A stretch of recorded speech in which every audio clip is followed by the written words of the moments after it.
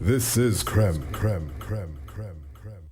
Wake up, Belize. Wake up, Belize. Wake up, Belize. Wake up, Belize. Wake up, Belize. Another day is here. Wake up, Belize. Wake up, Belize. We gotta keep moving, na na na na. Wake up, Belize. Wake up, Belize. Everybody gotta put their time in. Wake up, Belize. Wake up, Belize. Voice our opinion and place your calling. WB. Be yourself, see yourself. This is a show of people. Belize our hopes up to needless reason. Nobody feel left out. Is the vibe we dealing. Let's find a solution. Yeah, yeah, yeah. Love, respect, unselfishness and cooperation. That's how we need to build a strong nation. We are the people to make the changes. We are the changes. WB.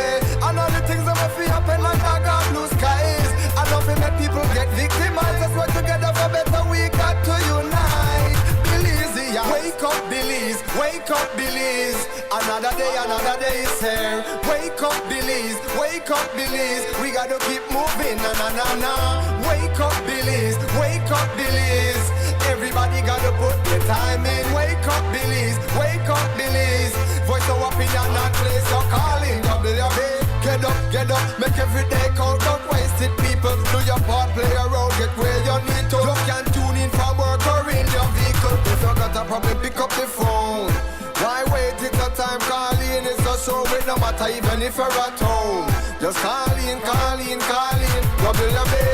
Wake up, Belize. Wake up, Belize. Another day is here. Wake up, Belize. Wake up, Belize. We gotta keep moving, na na na na. Wake up, Belize. Wake up, Belize. Everybody gotta put their time in. Wake up, Belize. Wake up, Belize. Voice our opinion and place your calling. WB. Be yourself, see yourself. This is a show of people. Belize our hopes up to needless reason. Nobody feel left out. Is the vibe we dealing. Let's find a solution. Yeah, yeah, yeah. Love, respect, unselfishness and cooperation. That's how we need to build a strong nation. We are the people to make the changes. We are the changes. WB. And all the things that will happen like I got blue skies. Right, welcome. This is WUB, Wake Up Belize, Morning Vibes. It's a Thursday morning, the middle of the month, 15th of May, 2025. And we welcome you to the program this morning. I'm Nuri Mohammed, and it's redundant to say it, but it's always true. We have the premier conversation for you this morning on WUB. We normally begin our program with a look at the weather. This morning we'll be hearing from Francisca Wellington, and then we'll bring you up to date on the news prepared by our news center. And a little after 7, we'll open the phone lines to begin our conversation. And a little later this morning, we do have guests coming in, so we'll be ready for that. It's now 27 minutes to 7 o'clock. And so we will now begin with Ms. Wellington.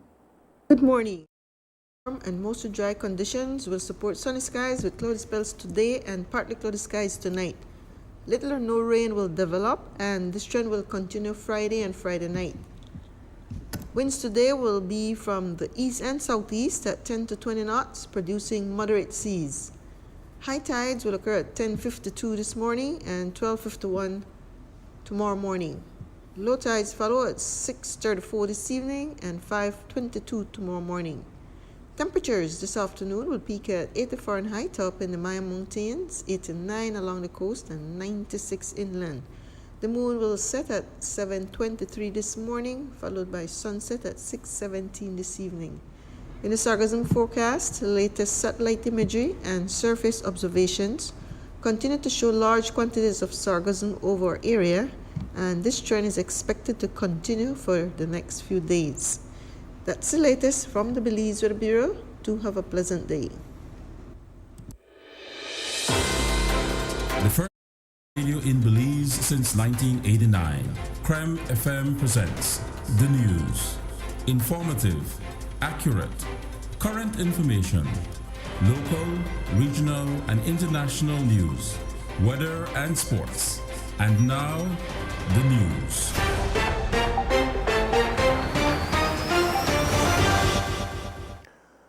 On Tuesday afternoon, the joint union negotiating team, JONT, met with senior ministers in Belize City to discuss the union's demands. The main demand of the unions is a 8.5% salary increase across the board for an estimated 16,000 public officers.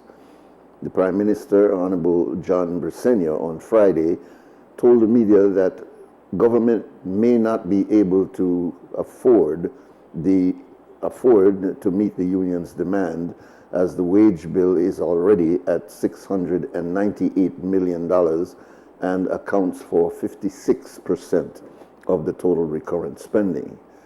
The representatives of the JONT were Public Service Union PSU President Dean Flowers, Belize National Teachers Union BNTU President Nadia Kalis, and Association of Public Service Senior Managers President Sharon Fraser.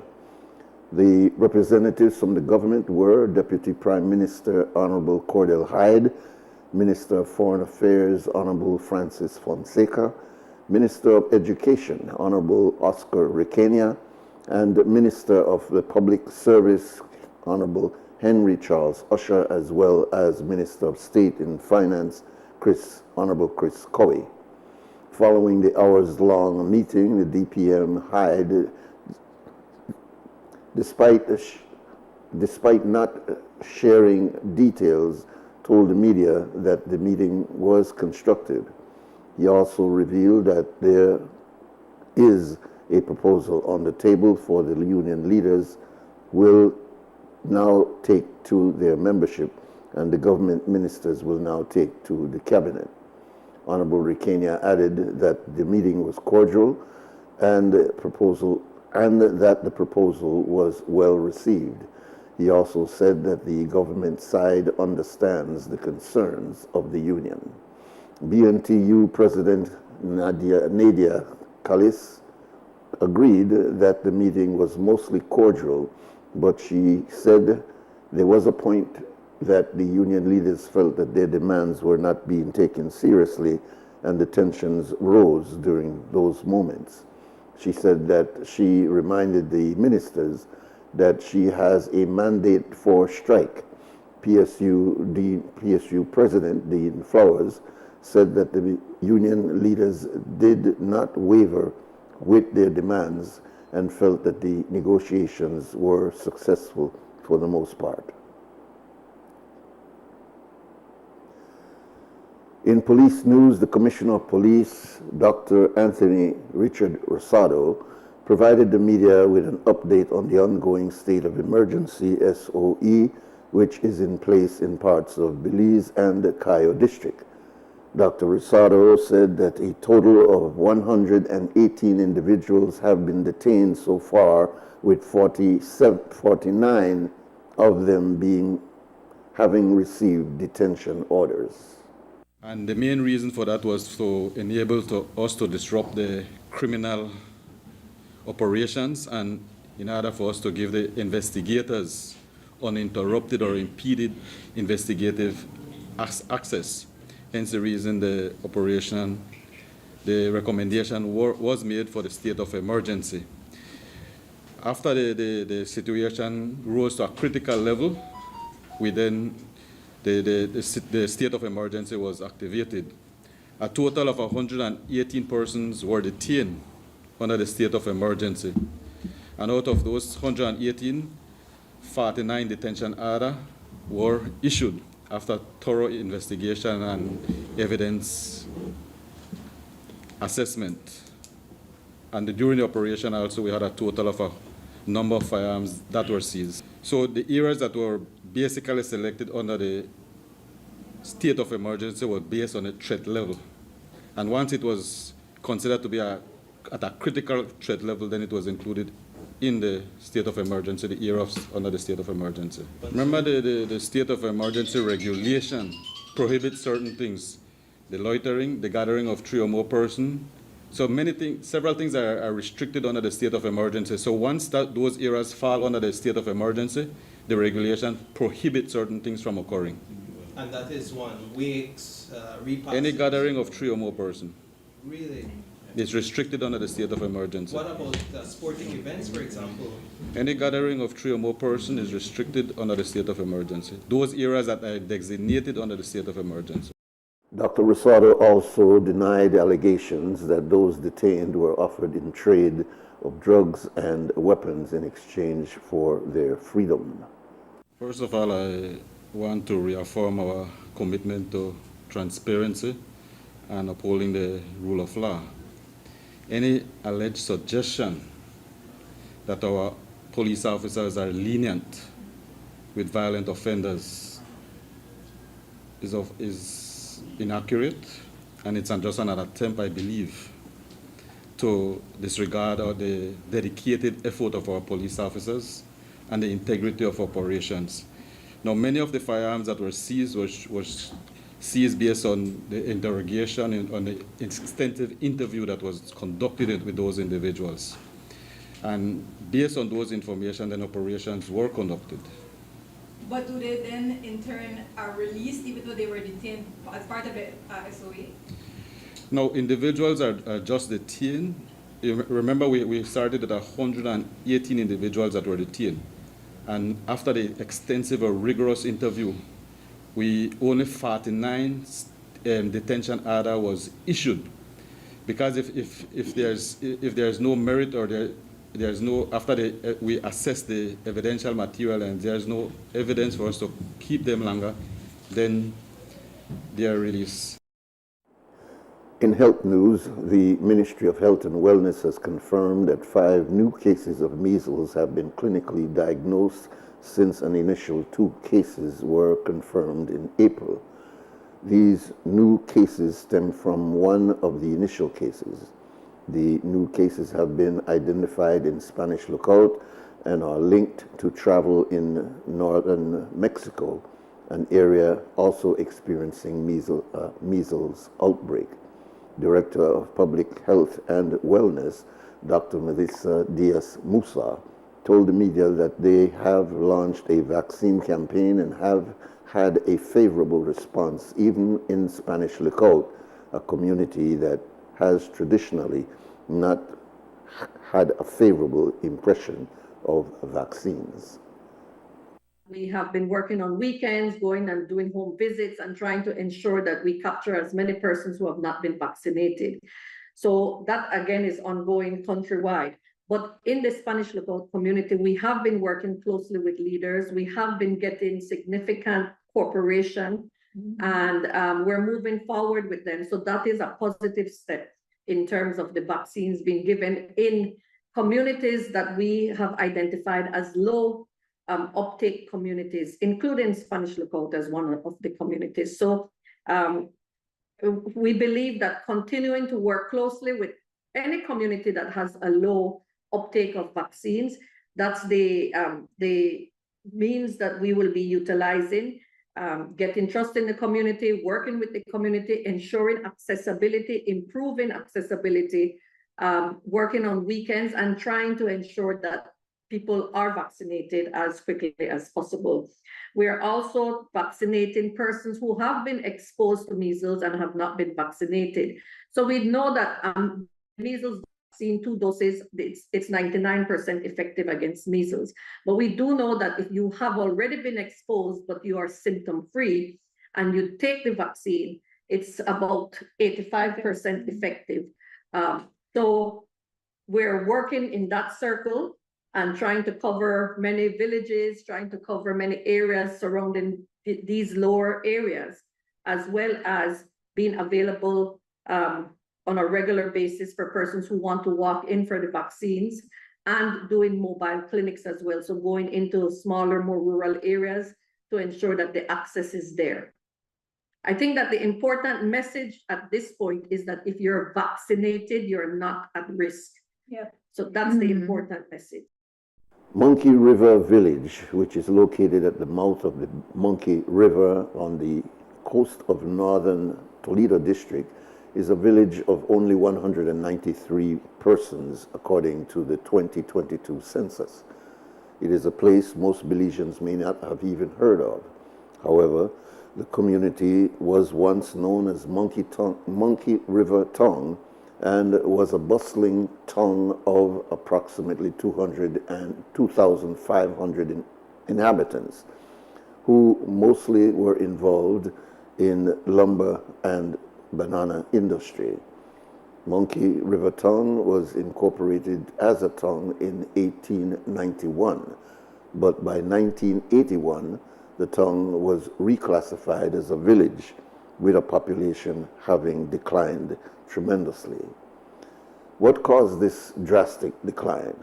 We spoke to Oscar Gutierrez, a former chairperson of Independence Village, whose mother is originally from Monkey River Tongue.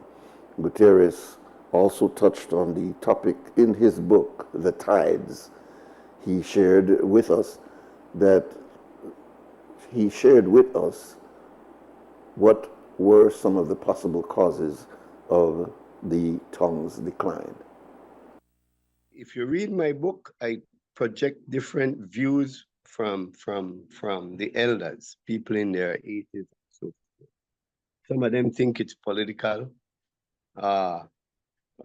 You have infrastructure, where if Monkey River had a road, people would travel, because from Monkey River to Mango Creek is not far. By road, you take like less than half an hour if you have good roads. And they think that the government at the time don't put any road, not interested. And you know that history is known that Monkey River was strongly UDP. And the government, ever since the 50s, is pro-PUP. So they've some sense it's political. No interest in making the communities thrive and continue as a town. Some people, well, a large factor to me is the hurricane. And we had various hurricanes that come through Belize. No, that's a factor, but right after and after 61 hurricane, that's the biggest devastation to the river economy. And that river economy, they produced rice, logging, bananas at the time. You had chicle, all these things coming out through Monkey River. And when that devastation happened, then the economy dwindled, and the only thriving business in the area was BEC, Belize Estate Company in Mango Creek. So people looking for work would come here. But the elders feel that people had their private farms, their nice houses in Monkey River. Had there been a political interest in especially with a simple thing as that. Well, it's not simple, but a road that it would have survived. But so those are some of the factors, and I put several others how it affect Monkey River. And so the migration out of Monkey River is a result, because Belize as a whole is suffered from disaster. But you don't see communities decline like Monkey River. If you would like to learn more about Monkey River Tongue, the book, The Tides, can be purchased from Oscar Gutierrez directly. He can be contacted at telephone number 615-3588. And the retail cost of the book is $40. We give you that number again, 615-3588. And that's our news package for this morning, the 15th day of May, 2025. We have more news coming up around 12 o'clock and a news flash or brief at 3 o'clock. And at 5:15 on CREM Radio, there's a full news broadcast.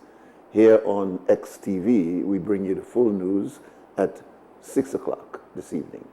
It's now 10 minutes to 7 o'clock. We take a short break and come back, and we'll begin the conversation for today. The first private radio in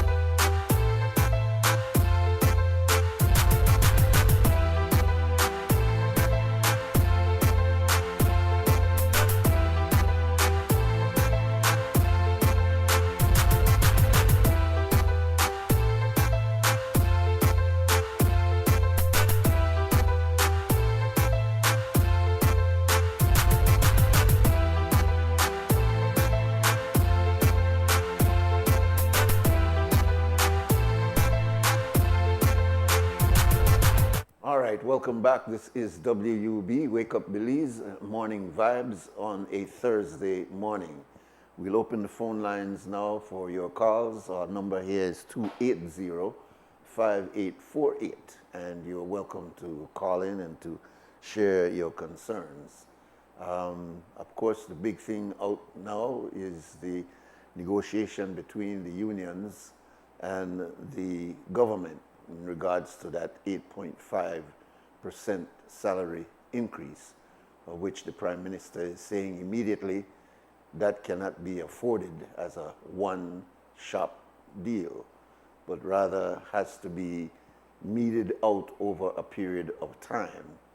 The unions is not accepting that, and so we have to see exactly what will happen. We know now that at least the BNTU has given a strike notice to the government that in 21 days they are proceeding towards a full strike. Of course, between now and those 21 days, anything can happen in terms of negotiation with the joint unions, that is the BNTU, the PSU, as well as the senior managers union. So that's one of the areas, of course, that you may want to bring up and talk about. There's also the SOE. Another SOE has been implemented, and this one is to go for a month. There is over 100 young men that have been picked up.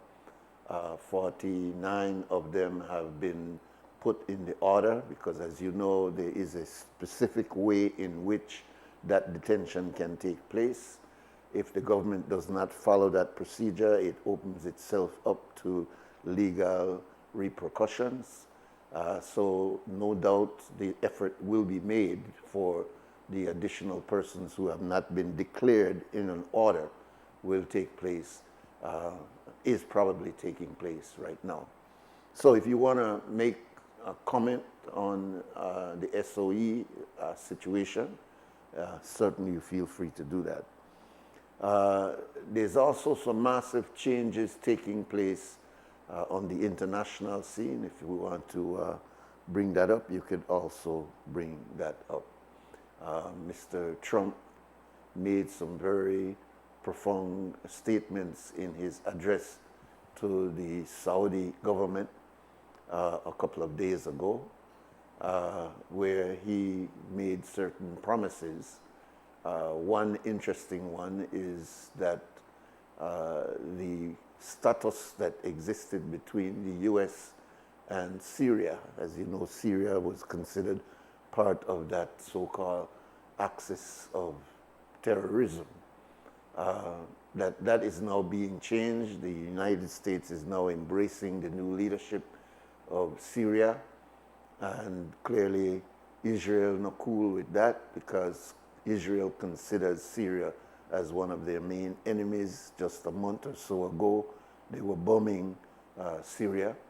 So that whole equation is changing. Mr. Trump, again, who seems to be shifting. And it's interesting to observe that this time a president will make a decision and then 2 or 3 days later has a rethink.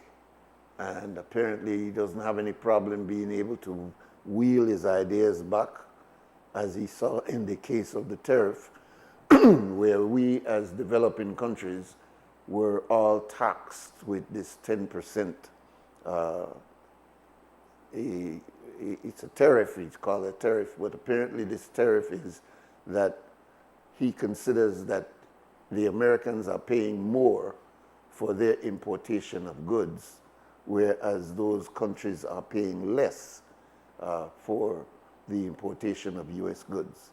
So the idea was to reciprocate and to make it more balanced according to his rationale.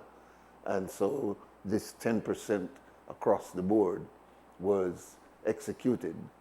And then suddenly, out of the blue, a week or so later, he gave it a 90-day pause. So the fear that had generated as a result of his 10% was all of a sudden put on hold, so to speak, because the 10% was not going to be implemented immediately. The same thing goes for the confrontation with China, where the Chinese were being more than any other country, had a heavy tariff. Welcome, welcome, caller. Good morning, Nuri. Hey, good morning, brother. Welcome. You talk about the Trump scenario and really a big joke. I am surprised America has put itself in this position. But you know, they continue. They're influential in the world. But I think the last happiness index, I heard that mentioned in our budget also, showed them way down the line. So with all the bullying that they're doing, they're not being happy as a result. Here in Belize, we got in two matters, the teachers and the unions, and I repeat, I would have had more respect and more solidarity with these guys if they were saying, you know what, then raise, yeah, you the top of the wage bill, low if you can't afford this, then how can you then afford those other raises that you're pushing in our faces? I have heard more that, you know what, we need for we1 and we have to find that for we1, and yes, so if you're focusing on that, this next one slides under the rug, and we can't allow it to happen, man, because it keeps going on, and at some point we need to raise our voices in objection. The teachers now, no school again tomorrow, and I wonder how often we not hear this short year, and I don't know if this is good for it mess up the continuity of the education, man. And you have a right to fight for your right on one side, but the people also deserve to get the quality of work that we need to see, as well as our children. Yeah. Now, one thing we need to say, our children need to learn the Constitution. It's not a big book. There's not much of it, and you need to just get the key points if you have to, but the children are not being taught that. Didn't we ever sit this course one time when we were going to school, Nuri? Do you ever remember that? I remember they produced a book called How We Are Governed, but I don't remember ever being in any class where the Constitution was discussed, especially in any kind of detail, you know. It's good you're pointing that out, because there are several gaps. One is, if you remember, the Guatemalan issue was never taught in school, so that our children, like Guatemalan children who says Belize es nuestro, meaning that they have been taught from very early about that conflict. We were not taught about that. We left it as an emergency that came up every so often, as opposed to really understanding the details of really what this is all about. Now, I heard also a couple of days ago, G. Mike, if you permit me, that the Prime Minister is saying that during his administration, that we should hear from the ICJ. One got the impression that it may be very soon that we'll be hearing from the ICJ. And of course, he said that the hope is that our territory will remain intact. You have any opinion on that? I certainly do. And it's funny you should bring that up, because you know what? You see the world, and the Europeans have had a wonderful way, effective way of putting people one against the other. The peoples of our two nations, Guatemala and Belize, are similar in even like a DNA we share. The Native Americans or Native people of this land share the entire area. So I think we need to be looking at building bridges instead of what I'm glad it was not taught about that Guatemala WUB Belize so much, because so far we exist together. I mean, there's an area down south where the question is there, but make that a neutral zone, man. Make that some kind of nature reserve or something where everybody can have access to it. If a few fishermen want to go there and catch on 2 fish, well, how could you begrudge that, man? And that somebody will want to feed them. Now, if the whole field fishing industry and the whole mining, we need to understand it, but there can be provisions put in place to prevent that, man. But I'm saying we need to learn to live together Yeah. and understand the threat that we face Yeah. from an area of the world where there seems to be a return to superiority complexes. Yeah, yeah, and that might makes right, that, you know, the most powerful nation will win over the less powerful nations. And that is supposedly what the United Nations was developed for years ago, over 70 years ago. The idea was that we will make it a rule of law so that what makes you win is that you are on the right side of the law, not that you're more powerful than anybody else. But as you're pointing out, G. Mike, it's going gradually back to might is right, as opposed to you are right according to the law.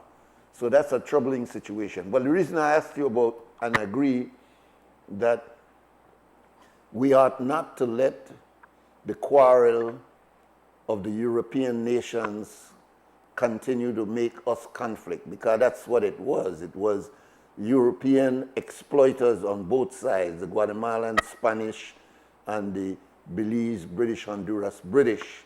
And it was all about those Europeans quarreling, and then we inherited that. There was an agreement with them about a cart road, and the British, meaning one European, did not agree with and follow through with the other European. And then we now, when we become an independent country and the Guatemalans become an independent country, we begin now to argue with each other over what these colonialists had agreed on. So I hear you when you say that we ought to build that symbiotic relationship, because we're all on the ground where our borders are there.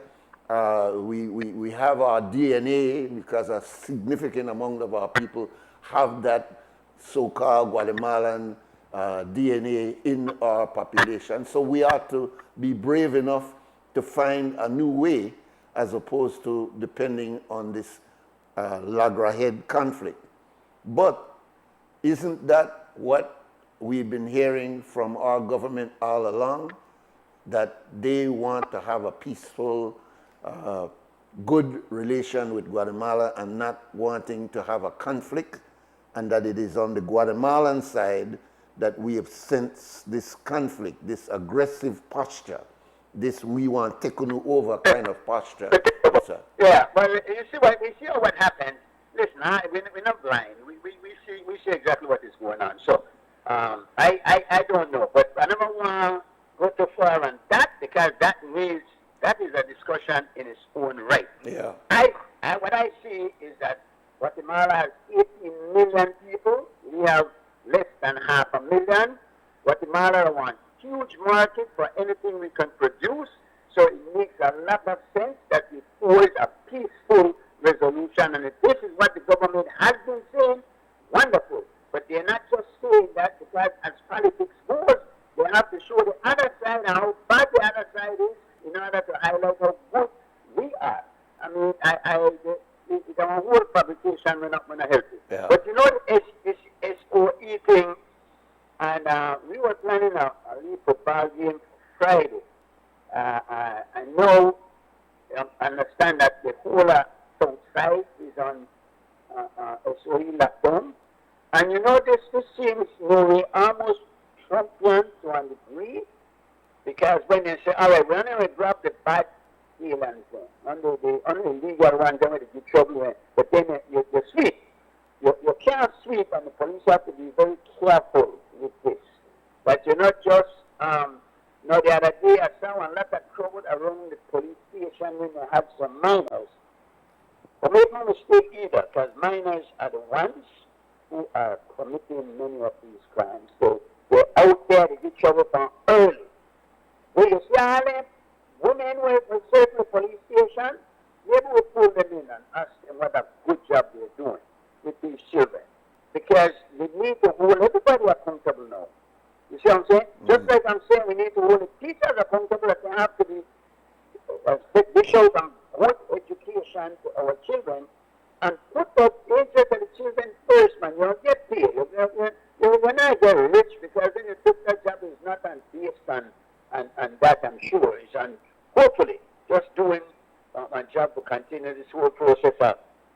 generation going along, no? I don't want to run too long and go along on any kind of. But just to go back to something you pointed out before, because that was also brought out on the news, that several sporting events will be affected. Youths gathering, even in friendly gatherings, will have a problem. And so the criticism directed at the police was that how could we maintain something like that where the good will suffer for the bad? Exactly. And, you know, so football games and all these things that have been planned within Belize City cannot take place during this period of time.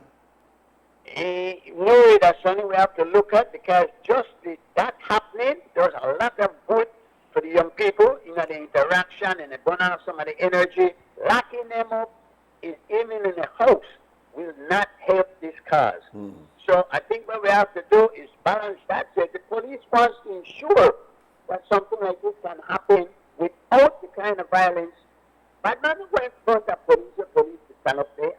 It doesn't happen like that. Just put a couple of officers, make sure it goes along. But now I understand the thing with the weight now. I'm not going to tell you that I didn't see the logic in preventing that weight. Because a lot of the weeks who going there, the friends that the man with the murder, people have vengeance and attacking, sometimes lead to some very aggressive situations. So I see the wisdom in that, but in gathering for like a football game or a birthday party, just kids playing in the park, what do you do? You can't stop that. You could just go to the park and sweep up everybody. It doesn't work like that. So. Yeah, well, if you remember during the pandemic time, those games were also prohibited, and we were able to tolerate that period. This particular SOE, we are told, is within the scope of 30 days, and several days have already passed. So you're saying that maybe we ought to just tolerate it and... No, I think we have a right to protest. That's what the democracy is all about. We have a right to our opinion. But we have a right to have a good reason to protest also. So that's what I'm saying. I mean, if people recognize that, listen, you know, we consider these games to be harmless. In fact, we think preventing these games will contribute to more delinquency, then we could make a case to the police department. We could make a case to the Minister of Home Affairs to say that under these circumstances. But I'm saying all of that is within a very small scope of maybe 3 weeks left in this particular SOE. You see what I'm saying? So, and it's very, very hard. It's hard for the police, it's hard for the government, but it's also hard on us citizens when you recognize that in circumstances like this, the good, they suffer for the bad.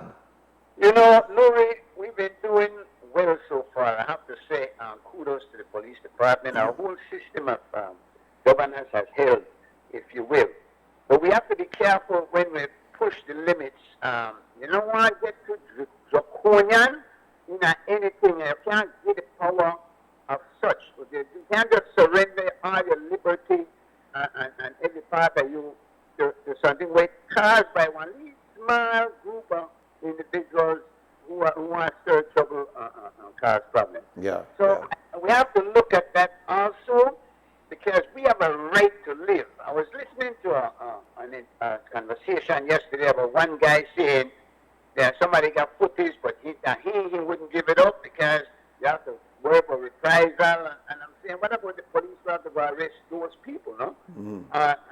When are we going to come to the point where we have to become involved and say, listen, if I tell the truth and you do something wrong, that you have to pay, you know? That don't mean you ain't free, because at the end of the day, if something bad will happen, it happen anyway. But if it's not to happen, you know what happen, you can't make it happen. Well, Mike, you know, the police and the government and the people of Belize in dealing with this crime problem, we you know, you don't want to say that our crime problem is so bad when you look at the rest of the region, Jamaica, for example, even in Guatemala and the rest of Central America, we are not that bad off.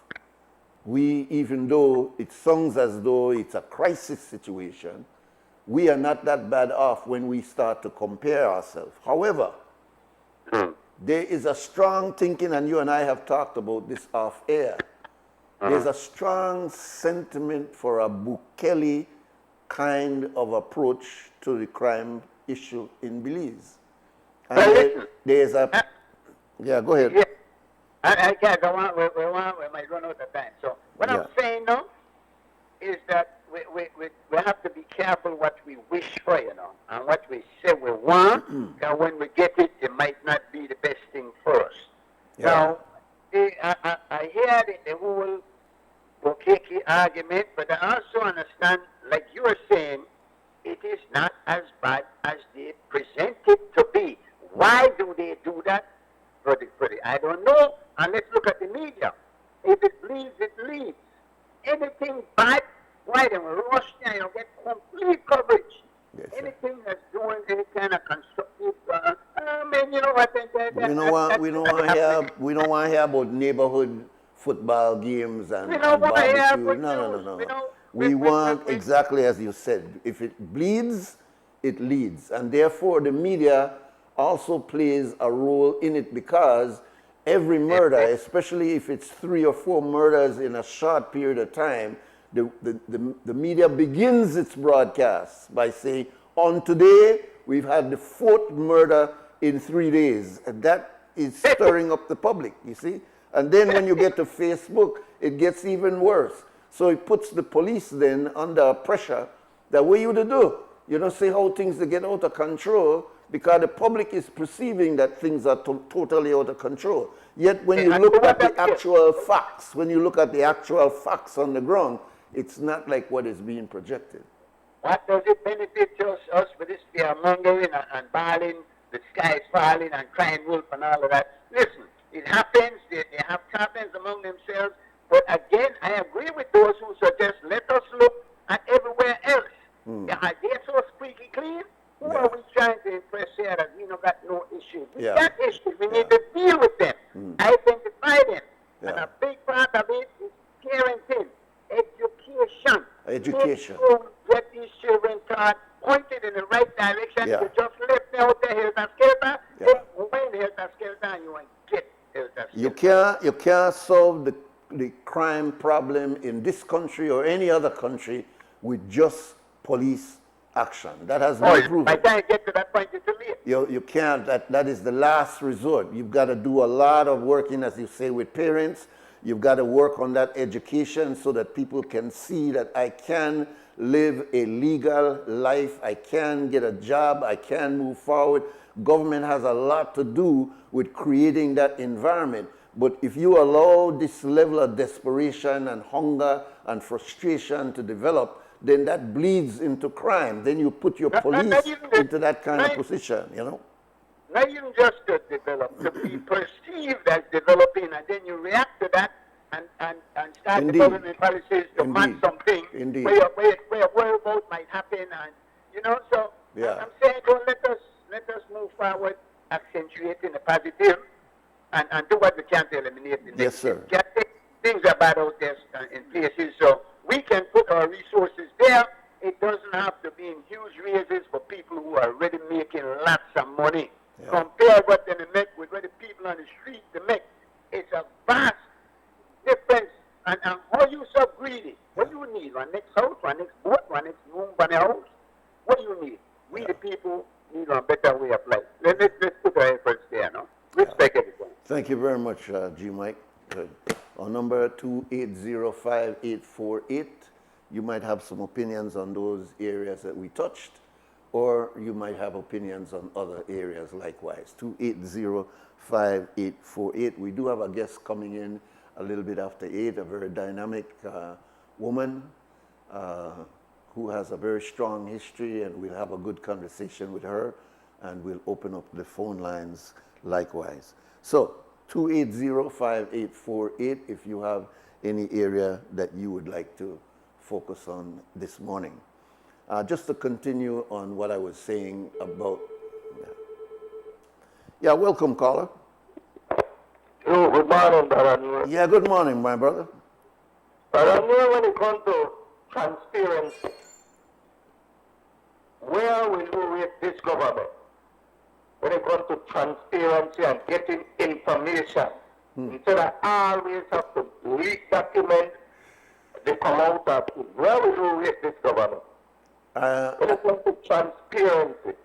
I think that the governments in general have one kind of knee-jerk reaction that they have to hold information as close to their chest as possible.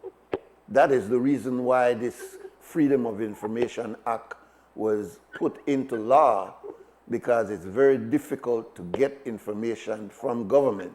And even though you have this act now, it's still not easy for the media to access information.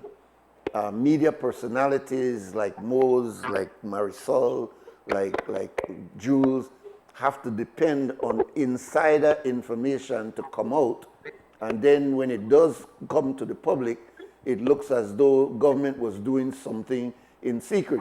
So I answer your question by saying that this problem of transparency, that's why we put transparency and accountability in almost all of our policy documents now, because we recognize that there is a serious problem of just open government, open clearly. You could ask any minister, you could get any audit, you could get any kind of performance report, etc., etc. There is no secret. I'm not sure that you could find a government that is like that, but that's an ideal. And this is why the public have mistrust. If you is more open to the public, you know that's something we have to hold secret. When it comes to like the military thing, we understand that. But many of the time that they secret deal and so that we benefit their politician and their family member, cronies and things. Yeah. And this is why this country they like this, sir. Independence of the know that lone family member, lone hustling when their people are why this country is so backward. We over $4 billion. Show me the development. Show me where our people have been developed themselves. After all these years, so much loans, so much grants, show me the development. How it's still in this state. You know, brother, you know, if these people that live like me and you, just how we live, are I happy?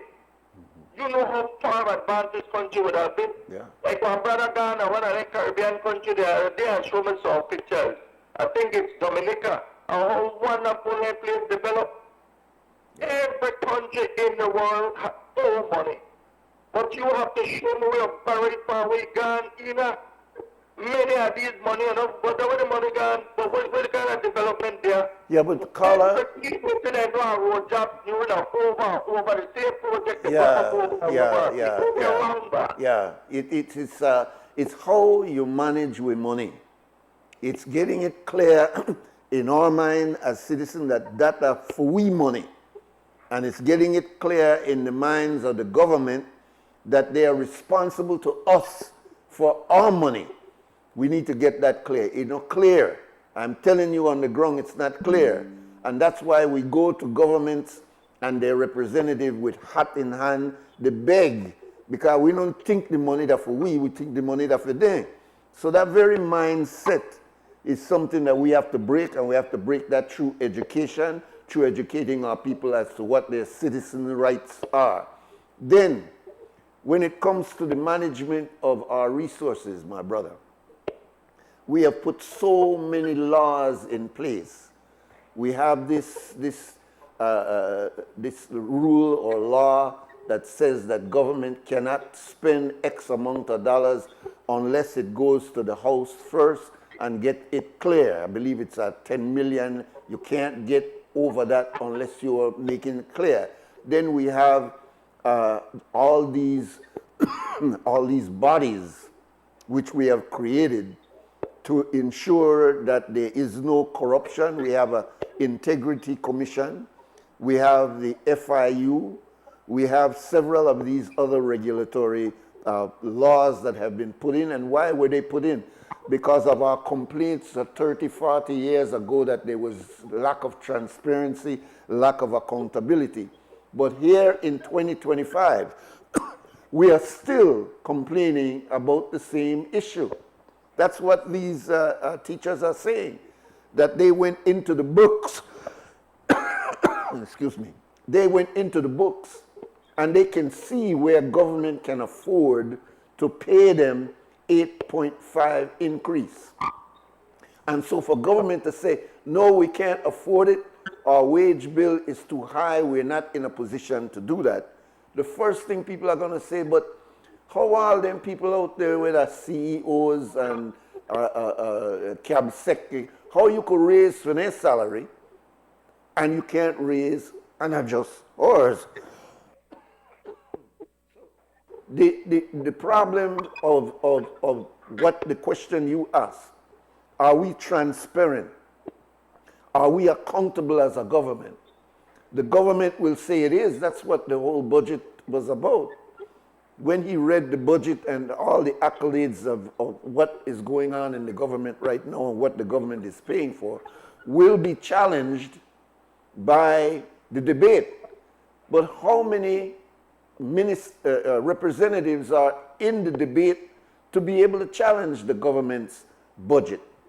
It all rests on Mr. Pott and on Mr. Haylock, and it rests on the party leader, Ms. Tracy Panton. But how much will we get out of that? So I'm actually saying to you, caller, that we have a very difficult time with accountability and transparency in this government.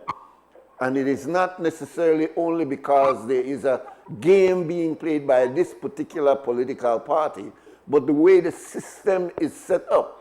Both UDP and PUP can shift around responsibilities so that we can't really put our finger clearly on where the buck stops. Where's the problem here? You asked also before you get off, how come we cannot rethink how we're doing things in Belize? If we're seeing a small country like Burkina Faso, and the courage that that young leader has, Ibrahim Traoré, has about redoing his system, redoing his government, telling the public officers and the ministers, not the public officers, but the ministers, that your salary is going to be reduced, and that the public officers, your salary is going to be increased. Why? Because you have been carrying the load, and this group here have been living high on the hog, as they call it. So he's making a decree, presidential order, as they may call it, to bring the salaries of this high level here down a little bit. Now, what do we see in this area? We see the opposite. We see the elite being allowed additional. And I mean, look, it's so gross sometimes because we are putting CEOs in brand new, and you're a mechanic, 20, 24, 25 vehicles.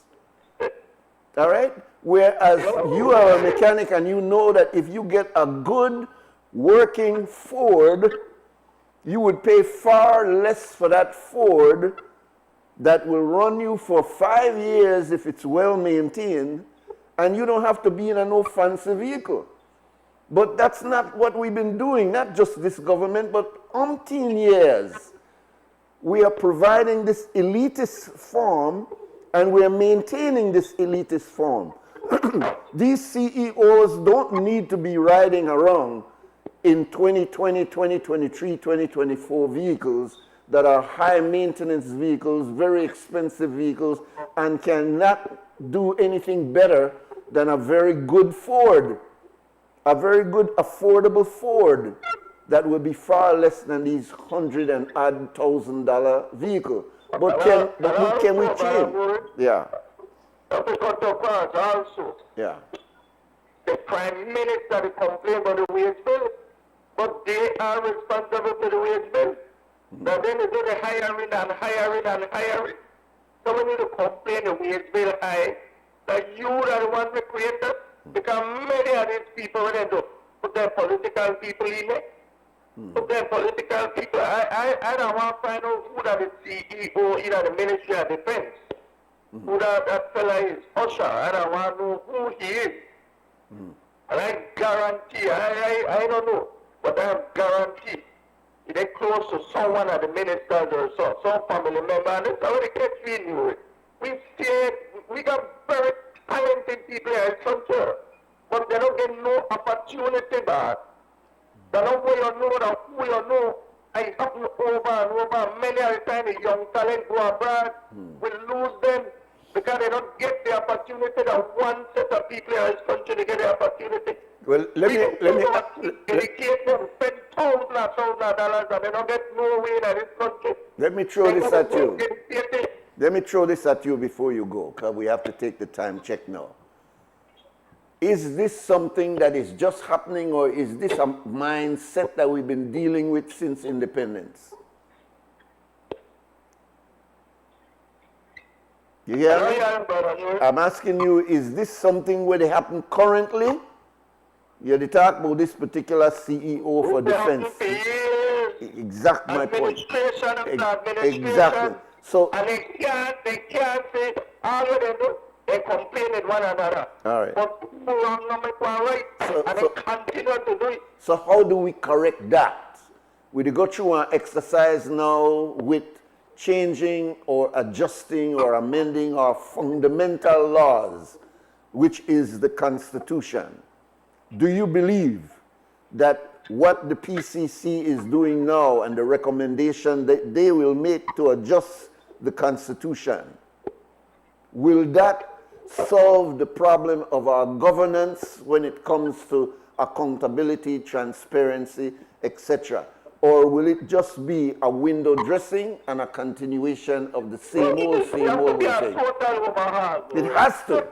Yeah. But you know, they see that. You know, they see one overhaul. You're not. But to say that the main one, family member, that thing with family, that have to cut out. Yeah. That have to cut out, Nuri. Because alone at that, you're part the book on. I don't retire, make I put my niece, make I put my nephew, make I put my son. You know, somebody go on, alone family member, they catch me.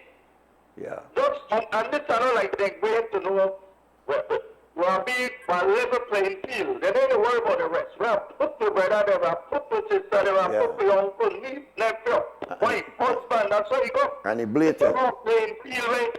Where we have submit the application and up with the job. Yeah. None of that play a role in this country. Yeah. And that's wrong, and it's how it has be, my brother. Yeah.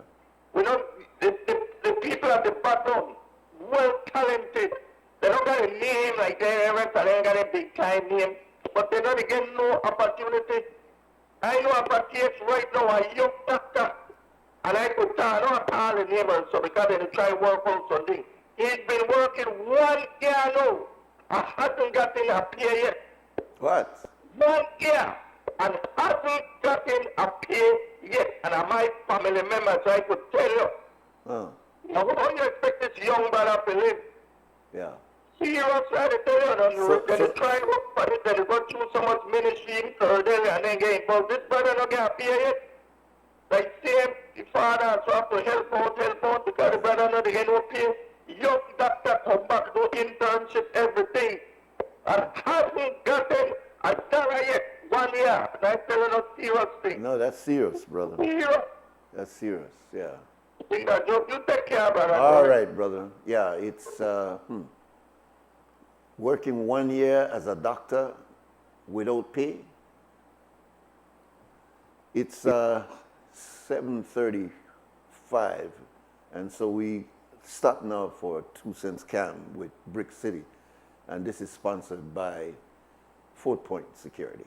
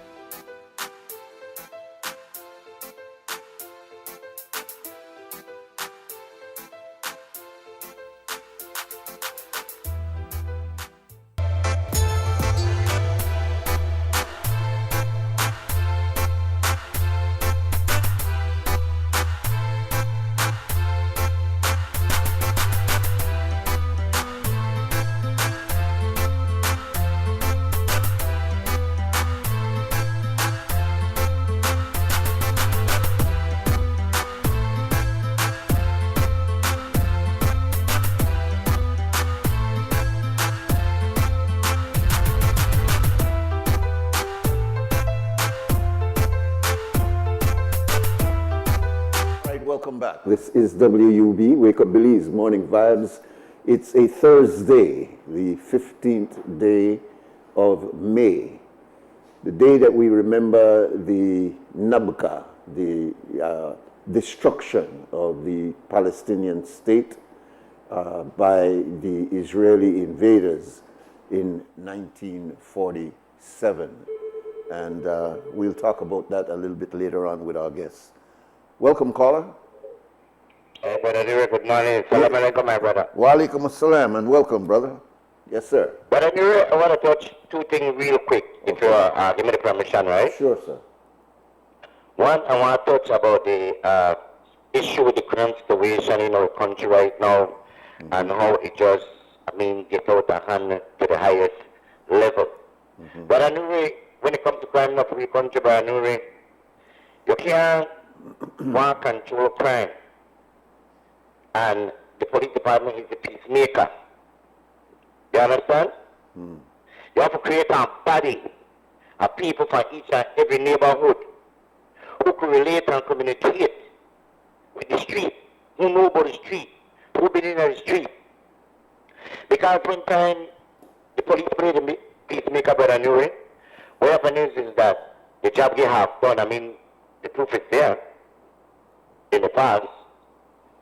I can remember when the CYDP opened, but I knew that used to be a home for the street and each and every neighborhood. One home. Because regular people and deal with regular people and go to them and talk to. But I knew that not everybody could control. But you know the new generation really want change in life. The elders have really give up. All them do are just, the wait of time. But the new generation, they want something but who they could turn to because they're very talented, very brilliant, Brother Nuri. They have entrepreneurial skills. The proof is there. If you go in each and every neighborhood, you don't see these gangs are suffering, very punished. They're making ends meet. Why can't they have business skills and principle? When you have a government, Brother Nuri, who don't pay attention to things like it just get out of hand.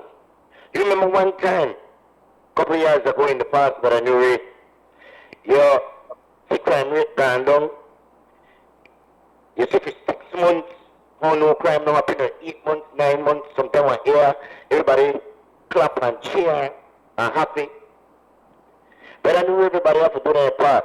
And I hear people come every time from the line and they blame it start from home. They blame the people home. They blame home to their part. It's a personal decision making.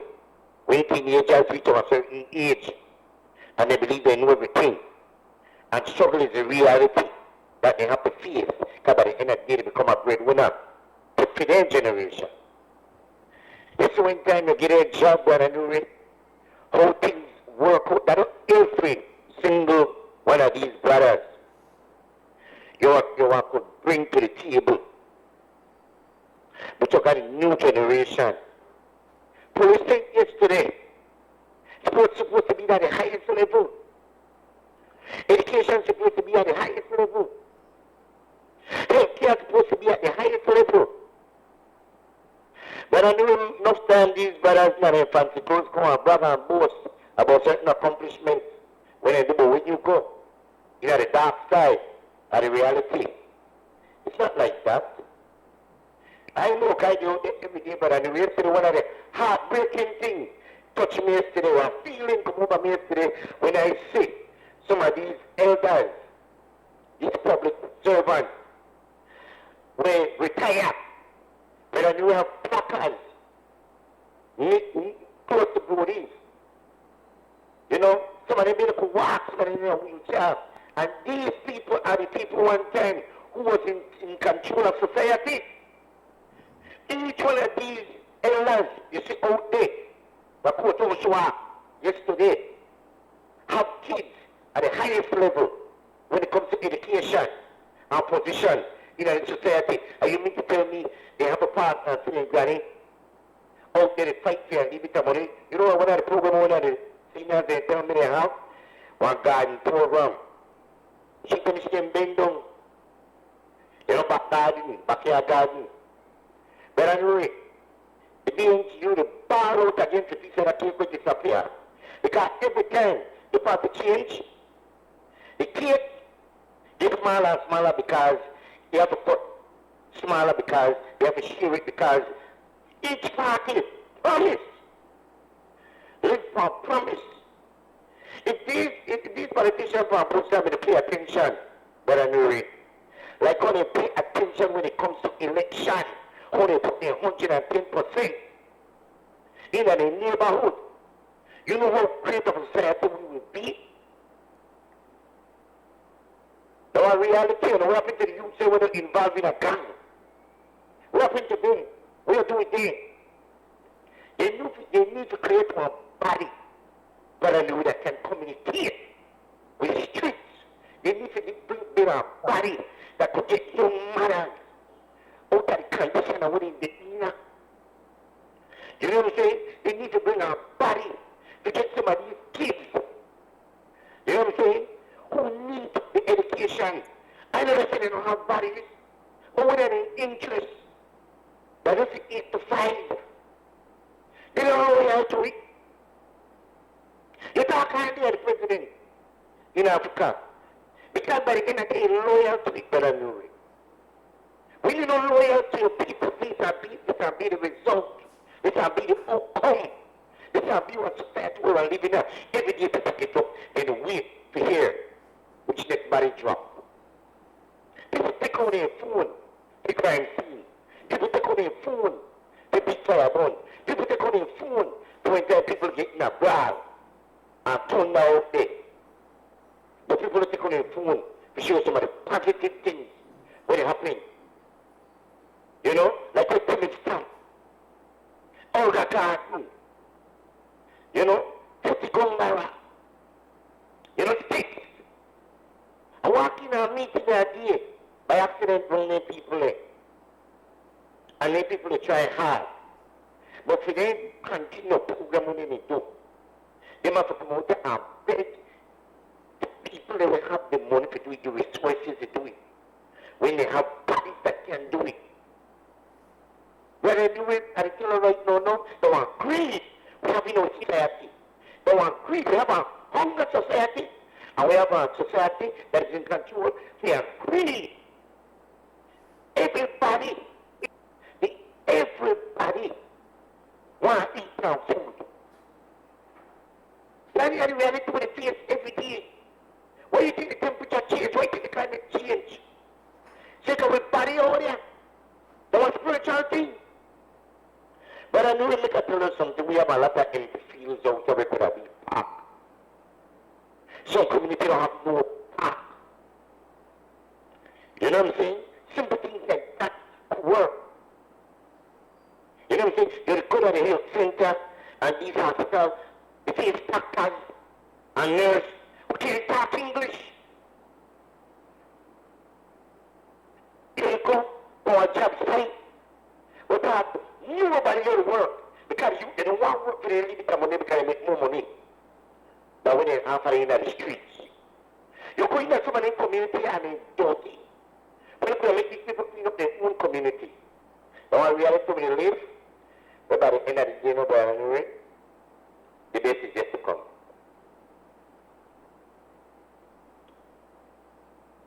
You have a lot to say this morning, Brick. You have a lot to say this morning, and you're on point. You're on point. Appreciate the call, my brother. Appreciate the call. We'll take our next break, and we'll be right back.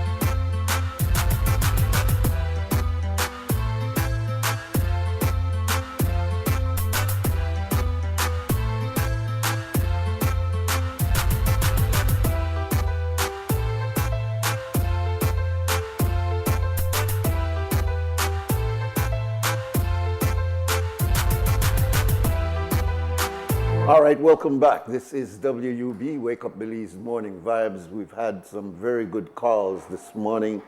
We appreciate the input coming from our callers, and we know many of you are just listening, and I hope you appreciate likewise the freedom that's given to express your own opinions here on WUB. We now have a guest coming to us by way of Zoom. She is, may I say, Nefertiti Nancy Marin. She comes to us from the Cayo district. She's a Belizean, born in 1976, so she's a young person actually. And callers, we'll ask if the callers can call in a little bit after we're finished with Miss Marin. We'll hopefully open up the phone lines so that you could make your opinion and also ask her any question you like. Let me start by welcoming you, Miss Marin. We appreciate your being here. Let me say that you are a community leader. You're the leader of a political party.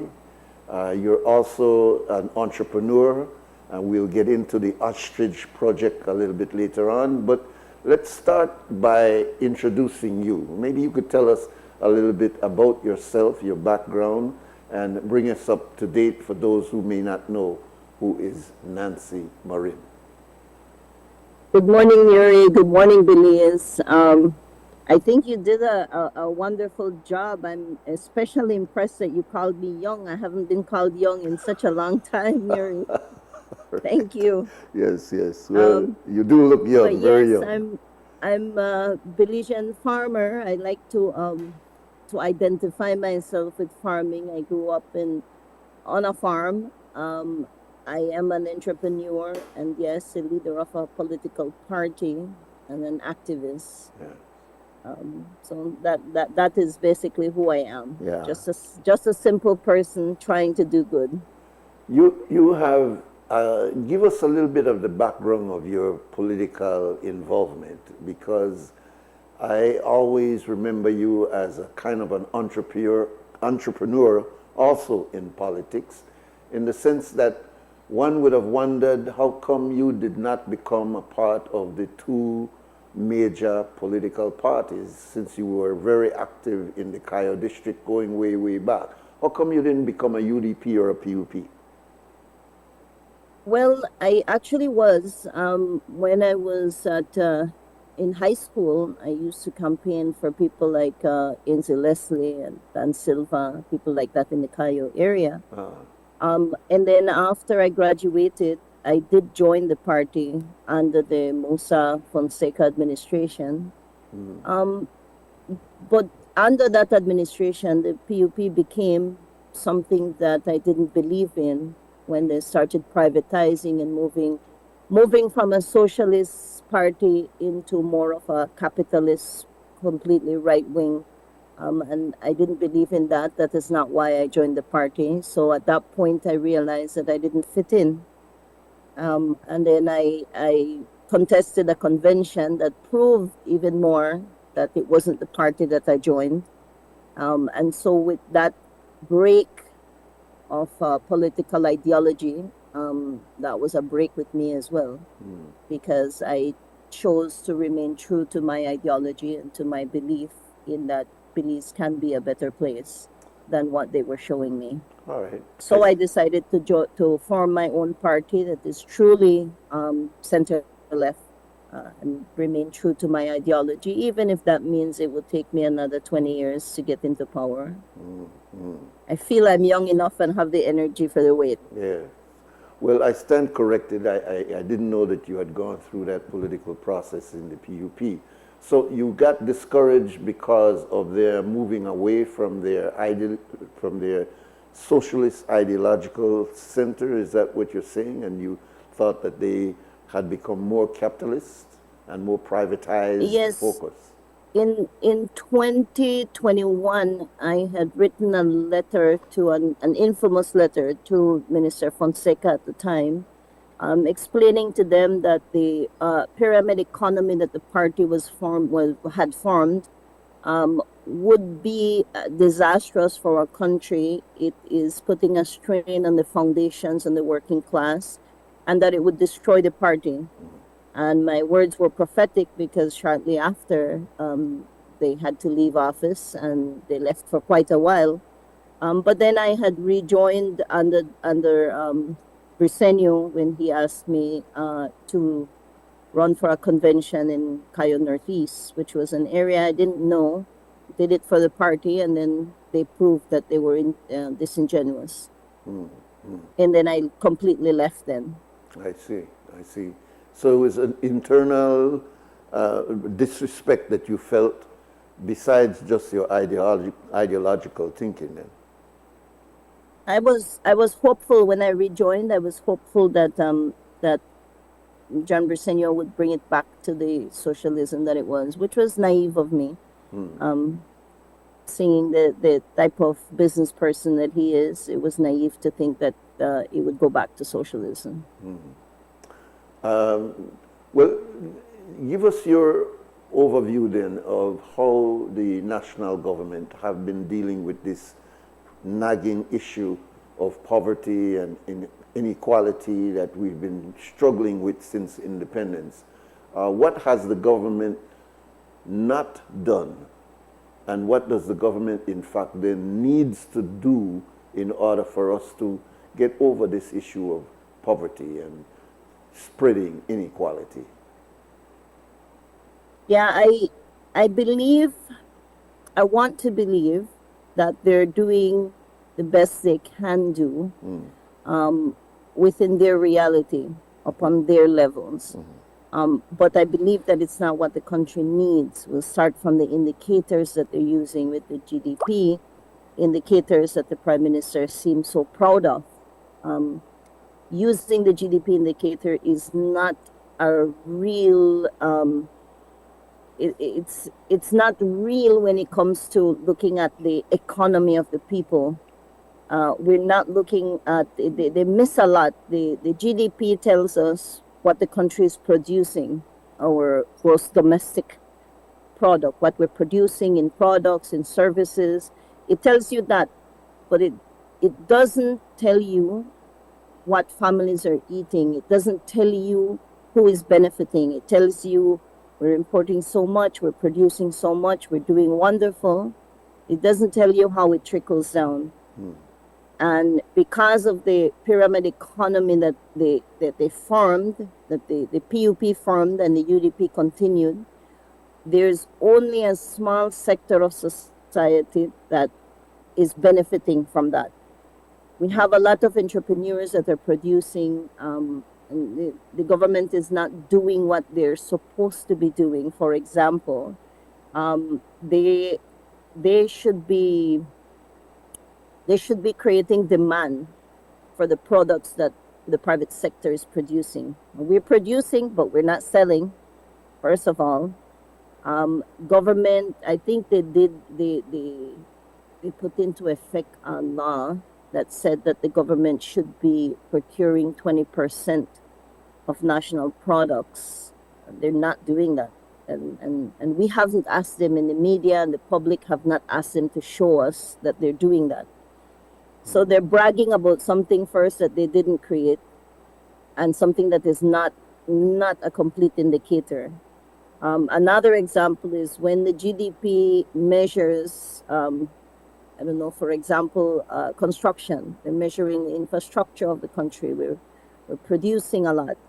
But what they're not measuring is how that is affecting the environment. So futuristic, they're crippling us because a lot of the construction that is happening on the coast and on the islands means that they will prohibit us from economic growth in the future. So the GDP doesn't measure that. It also doesn't tell you that a lot of these things are foreign owned. It doesn't tell you that Belize has lost its food sovereignty. When a country loses its food sovereignty, it can only be bad for the local people. And we lost to ethnic groups. We lost our food sovereignty in agriculture to the Mennonite community. We lost our grocery and commerce to the Asian community. We have lost tourism to Caucasian, can be Americans, British, whatever. We're losing and we're losing and we're losing, and the government is showing you indicators for the people that are living in Belize. It's not telling you that it's their cronies, that it's politically influenced, that the political elite is benefiting and the working class is suffering. The GDP, that, for example, doesn't affect the teachers. How does the GDP help the teachers? How does it help the nurses? You know, how does it help you, Nuri? Indeed, indeed. So really, that's a scathing criticism there, Miss Nancy. What you're really saying in a nutshell is that we don't own ourselves, despite the fact that we are the government. In fact, in real life, which is economics, we don't own ourselves. You said tourism belongs to the foreigners, the agriculture belongs to the Mennonites. You said that the groceries and etc. belongs to foreigners likewise. Then what exactly belongs to us? What do we own? What should we invest in to say that we are in control? We have become second and third class citizens in our country. And we can't blame, and when you say criticisms, usually people would think I'm criticizing the government. We cannot continue to blame the politicians, because we've done that all our lives and it hasn't changed. We really have to self-reflect and blame ourselves, because we are the ones that put them there. We are the ones that tolerate it. We are the ones that don't ask the right questions. We don't know. We don't ask them. For example, I see over and over the interviews with the Prime Minister, with his Minister of Finance. We don't ask him what our Federal Reserves are. Do we have any? We don't ask him who owns our central bank, for example. Where's the money coming from? We see over and over supplemental budgets and budgets for this and that. So are you? They've sold all our national assets. They're claiming that they're not raising taxes. So where is the money coming from? Yeah. So you're sounding as if you're saying that we are to blame, and that's a broad brush. We are to blame. Yeah, that's a broad brush. How do you correct that by saying we are to blame? Who of we are to blame? The media, the advocates like yourself, the ordinary citizen? What do you mean now? Because most of us think that we have elected you people, and you people are responsible for running things in a better way for us, while I take care of my own responsibility in my microcosm. But you sound as though you're saying that what is going on out here is also our responsibility, and we are also to blame for allowing the government to go ahead with this pattern. Can you unpack that a little bit? Power belongs to the people. The only time the government has any power is when the power is given by the people. All right. And only the people can take it back. We have been criticizing the status quo. We are not blind. We're not unintelligent people. We're very talented, very intelligent people. I speak to a lot of people, and they see what is wrong. The business people know what's wrong. They know that it's hard to do business in Belize. They know the bureaucracy. They know all the red tape. They know that they have to do illegal things to get ahead. They know they have to pay the bribes. But when election time comes around, they are the ones who are sponsoring the status quo. Yeah. They are putting money into the coffers of the UDP and the PUP. And they know when they're doing that, they absolutely know that nothing is going to change. That for the next 5 years, they'll have to pay bribes for their contracts. I understand what you're saying. They know it. Yeah, so I understand what you're saying, Sister Nancy. So how do you solve that? That's the point. You're a political leader. How do you solve that? If you had become the government, because you fielded candidates, and clearly maybe you wouldn't have been to form the government, but clearly you were moving towards getting in a seat of government. what would you do differently than what the PUP and the UDP has been doing over the decades? Nuri, before I answer that, I'll tell you that I had hope in the PCC. As I don't know if you're aware that I have a seat in the PCC. For the first time in the history of this country, the third parties got a seat. I fought tooth and nail to get that seat there. Just to find out that the PCC Act didn't give us any teeth. The PCC Act says we're going to do consultations, didn't indicate the level of consultation, but we'll do consultations with the people, we'll write a report, and then we will send that report to the Prime Minister, and he will cherry pick, he will send it to the National Assembly. I'm sorry, my phone. He will send it to the National Assembly, and then they will decide what goes to reform. They said they will, what is reformed is not something. Really sorry, something is happening with my phone, Nuri. So that didn't give us any teeth. And then what happened was when I walked into the first PCC meeting, I started noticing the people that are there. A lot of them work for government, they're politically appointed. The UDP had 2 representatives, the PUP had 2 representatives, we had 1 representative, the unions had 1 each. It wasn't an equal, it wasn't a level playing field. But I read your criticism. I wrote a letter. Yeah, Sorry. I read that, and I thought it was very, very well put together.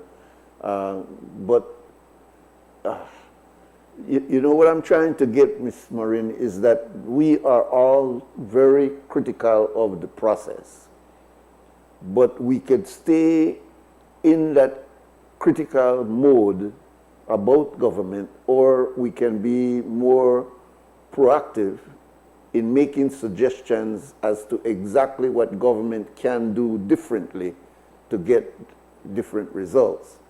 And that's what I'm heading. That's what I'm heading to. All right, because good. It starts with changing the system. Let me be patient. Within the PCC, that's the most important thing that is happening in the country, but yet it is not a conversation. It's not our daily conversation. No, it it's should not. be something that families are discussing. It should be something that you guys are discussing in the media, because we have the opportunity to change the system that we're governed under. That first past the post system is not fair to our country. It doesn't level the playing field. When we have proposals from certain parties that want to create division in our country, that say, all right, if you're born in Belize, you're a real Belizean. You have the rights for this, that, for land, for voting, for running for office. But if you're not born in Belize, it doesn't matter if you're a Belizean by descent. So, for example, Nuri, if your wife has a medical problem and your child has to be born anywhere in the world, that child is stripped from their constitutional right if this reform goes through. But if a tourist come here and accidentally have a birth here, that child has no links to Belize, can be born anywhere, can grow up anywhere, no love, no links, no investment in Belize, but that child can run for office, that child can own property. This system is not fair. Within the PCC as well, there's governance, there's finance, there's all kinds of reform that can be good for us, that can fix a lot of our problems. But the people have to stand up. Once that the referendum comes about, the people have to demand to know what is in there. You're asking me to vote at a referendum if I want to change the constitution or not, but I need to see the details. And the details is what I am guaranteeing you that will be hidden. I've never spoken on the PCC, and I take this opportunity to do so because I find that it's important. Yeah, it has become very, very chaotic. Yeah. It is very important, Ms. Marin, and in fact, that's the criticism of the PCC, is that they had not done enough media time in explaining to the people exactly what they are trying to accomplish, so that they're almost finished with that very tedious process, and I salute them for the hard work that they have done. But how far will that get besides just the presentation of a document to the government? The government can decide what it will do with it. So what was that whole exercise about? Then when you go back into the details and you ask, how much did the government invest in that exercise to ensure that there would be widespread consultation, buying time on the media, etc., etc.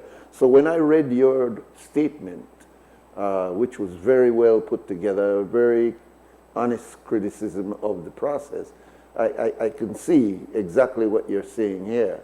But if you have more to say on that, please use this opportunity to do that before I go on to the next questions. Is there anything else you'd like to say about that PCC process? I want to say that, you know, we as Belizeans have a bad habit of pointing fingers at personalities. And I want to say that, you know, our chairman did the best that he can do with what he was given. Right. The TCC did the best that they could do on the positions they were in. The churches had to defend their positions. The LGBTQ community had to defend their positions.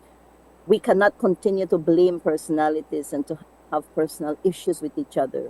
We need to look at the system, and we need to take a reflection, and we need to know that we have the power to do it. And when that time comes, that Belize, if we need to protest, we need to go out in unity, and it needs to be sustained. It cannot be something that we go out 2 hours and we could dance on punta and all of that. That is not, first of all, we need to learn that that is not protest. Yeah. That is coming out for a good little time. That is not it. So I wanted to say that when the information comes out, I beg you guys to not blame any commissioners directly, not blame the chairman. They did the job that they were indicated to do, that they were there to do. Yeah. We, the people, have to take on the mantle now after this. Yeah. But let's get back to the economy, Nuri, because I don't need to get into details. Yeah, I might get into trouble. Yeah, let me take a break, and we'll come right back. And if you don't mind, when you come back, we'll open the phone lines so that we could get others engaged in the conversation. I also want to talk about the Nakba. This is the 15th of May, and we don't want to forget what has happened in Palestine and is still happening in Palestine. Today is the day of the Nakba. So we'll take the break and we'll come back. Ichiltika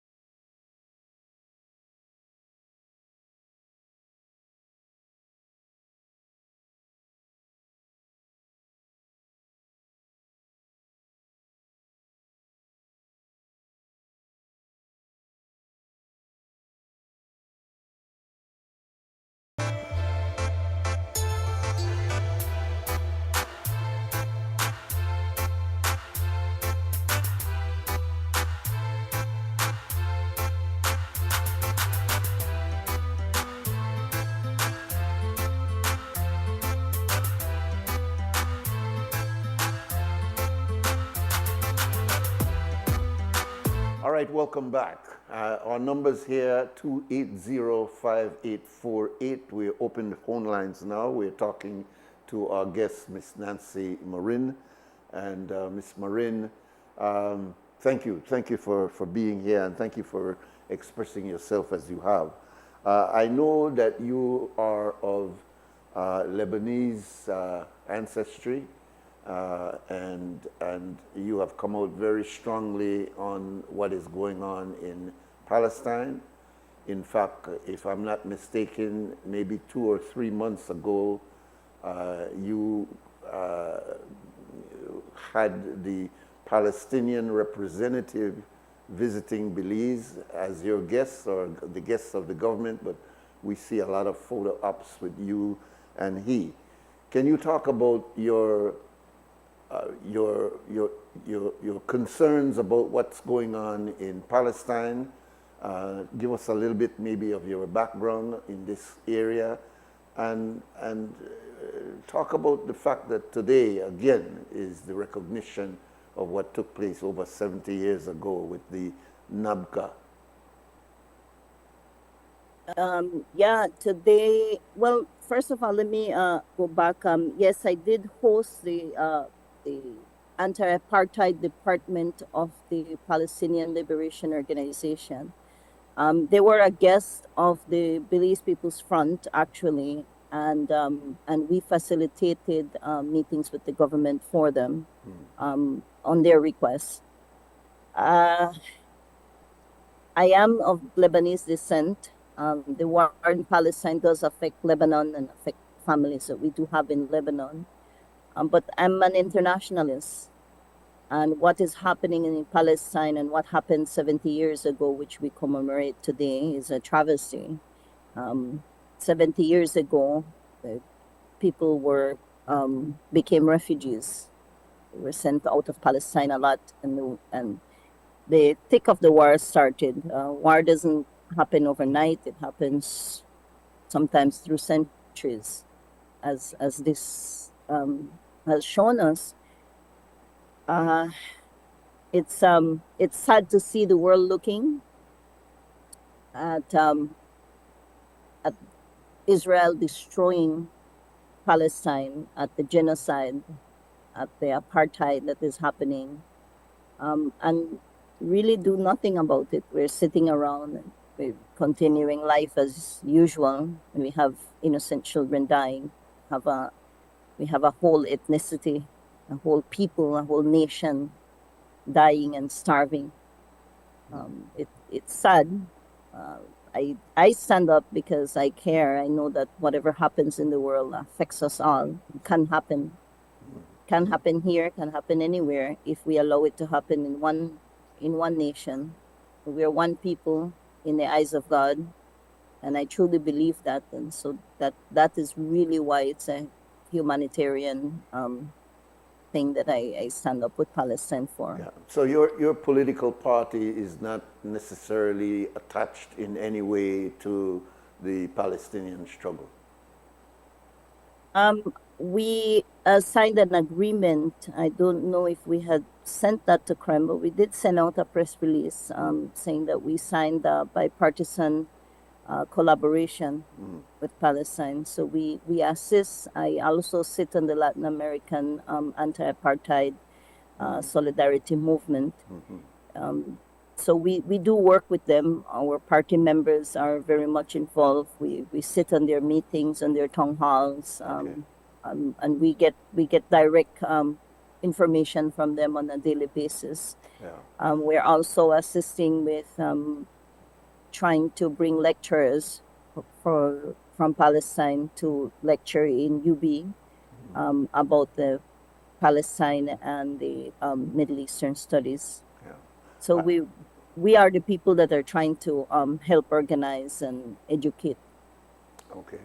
I don't know of any other organized group specifically. We know that Dr. Schumann was very and is very active. There have been several others who have been very active, but not as an organized group that you could say, pick up a phone and call a particular number.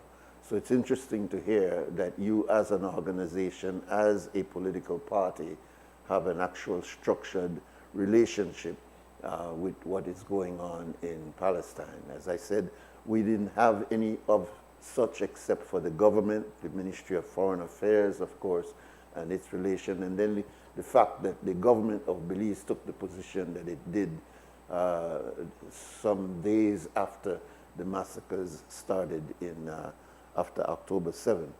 Well, let us move away from there and go back to your entrepreneurship, because you have started a very interesting project with bringing and raising ostriches in Belize. You know, every time we think about ostrich, we think, well, don't be like an ostrich that sticks its head in the ground and leave its backside exposed. That's when we think about ostrich, right? So when I saw this long-necked bird and you raising this bird and you're raising this bird for meat and etc., I was very, very enthused of the creativeness of that, because you would you think of ostriches as being very far from out of the environment of Belize.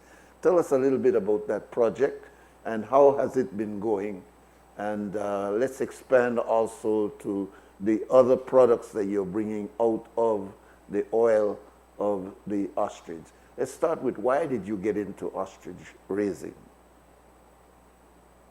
In my thinking of Belize and what, like I said, we've lost our food sovereignty.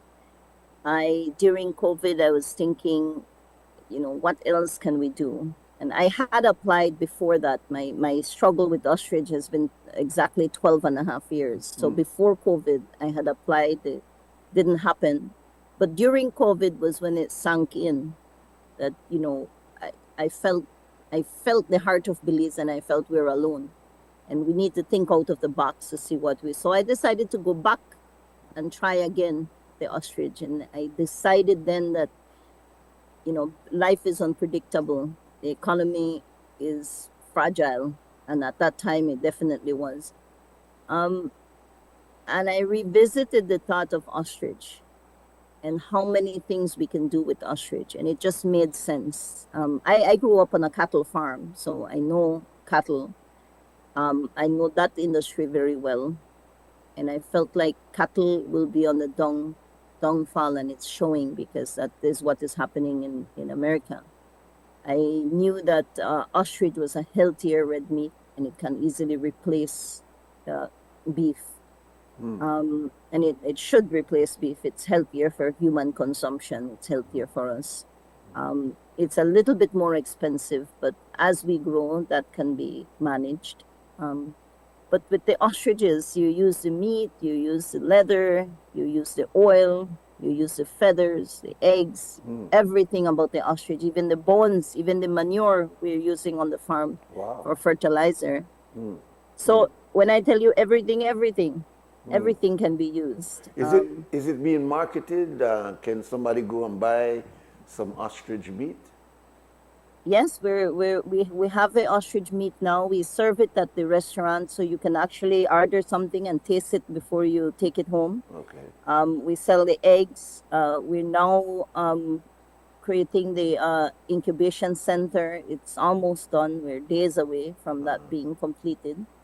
And then we can incubate even more. Last year, we incubated and hatched 8 ostriches, and then those had to be butchered because the government had not at that point given me the license to bring in more bloodlines, and I didn't want to crossbreed them, the parents. Right. But yeah, if you come to the farm, we have a small gift shop where you can see jewelry, feather dusters, the eggshells, the raw egg, the meat, everything. So everything that we create. Even lamps, we create lamps from the feathers and the shell. I reflect, my remembrance is that the ostrich egg is a very large egg, isn't it? Yeah, last year the largest last year was 3.7 pounds, and this year we actually got 4 pounds. Wow, wow. All right, here's a call for you, Miss Nancy. This sounds like an overseas call. Welcome, caller. Yes, good morning, Mr. Nuri Mohammed. Yes, sir. Good morning, sir. Just 2 days ago, I was talking to the morning stew about that GDP thing that the Prime Minister was talking about. You know, when the Prime Minister speaks, or other Prime Ministers or politicians speak in Belize, the basic or the average person in Belize community don't understand their terminology when they're giving these speeches for the GDP. The GDP only affects the government for the sales and taxes that the poor people are spending every day in Belize. Yeah. Living paycheck to paycheck every day. Those are the people who's making the GDP looking good in the country of Belize. It ain't the rich people, it's the poor people. We poor people spend more than the average rich person. And living paycheck to paycheck. You want to talk about the GDP? Oh, the GDP is so limited every day. No, it's not. It's just for the government. We spend a lot of money on things for you guys to enhance your GDP budget, whatever your plan is. You know, I understand Belize is a young country, right? So, you know, most of the money that they get has to go into infrastructure because the country's still being built still. It's a young country. It's a lot of work, but we gotta learn how to balance off the construction or the infrastructure with the poor people needs at the same time too. Yeah. Anyway, Nuri, I'm gone. All right. All right, sir. Thank you. Thank you for the call. Ms. Marin, the idea of this ostrich and why it intrigued me is because it's innovative, it's like out of the box kind of thinking, and I want you to talk about it a little bit more as to how you could get others involved in it. Here's another call. Yeah, welcome caller. My good friend Nuri. Yes, welcome, sir. I don't know her. I mean, just because she come from Cayo, you look like you want to take her over just because she come from Cayo. Nancy is my family from both sides. I see. Nancy's grandmother is my mother's cousin. Ah, I see. Nancy's grandfather is my father's cousin, Mendoza. I see. Uh-huh. They both come from a place in Michoacan, but the root of the Mendoza and the Silvers. And also, her mommy, their grandmother, their pastora, was a cousin of my mom, born here in a place in Peten. Well, the origin from there. But Nancy herself, I know her from a little young lady around Salinasco. Nobody thought that Nancy had certain qualities. I am made of steel. Nancy is made of titanium, which is tougher than steel. Which is tough. I have been following Nancy's trajectory for many years. In fact, she was the person that I confided, or the first person to whom I confided a message given to me by George Price. Minister, we need a new revolution, a second revolution, to bring justice and prosperity to all Belizeans. That was last session before he died. I didn't find anybody at the moment, so I drove back from Belize City to San Ignacio, and the first person I met was Nancy.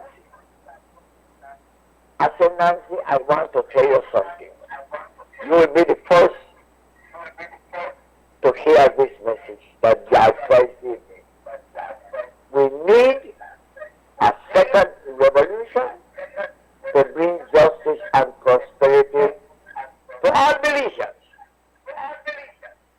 Nancy picked it up immediately, and Nancy began to go over this message, and eventually she told me that revolution should be made possible. We discussed a few words with her, And then the name selected was Belize People's Front. I'll tell you exactly what I know is the truth and nothing but the truth. So, from there on, I began to see Nancy. No, people do not believe in history. But in history, we have had certain women that became outstanding. I can mention the first one, Clarissa Carter, from Belize and Creole, rich, that married to Thomas Paslow. I was there the day before yesterday to make a documentary which will shake Belizeans and our historians about Clarissa Carter. Well, Clarissa Carter, then we had women like Rose Casasola, great women. We had Madame Lizarraga, Benacia Petio Toledo, Carolina Segura San Ignacio, the young lady Moya, who was the former mayor of Belize City, Nancy Marine here, my cousin, that have come out brave and fearless to tell the people what is happening in our land. So I am telling you, believers, this young lady that is on that screen is very unique. But I would like to call her the second Socorro Bobadilla. Well, Socorro Bobadilla. that's a powerful name. Greatest young lady that fought against the 16 years of agreement. Oh yeah, And that's she right. brought it down. Yeah, yeah. So Nancy, I salute you, congratulate you for all you are doing on behalf of the Belize, not yourself, because I can do good otherwise. You are doing on behalf of our nation.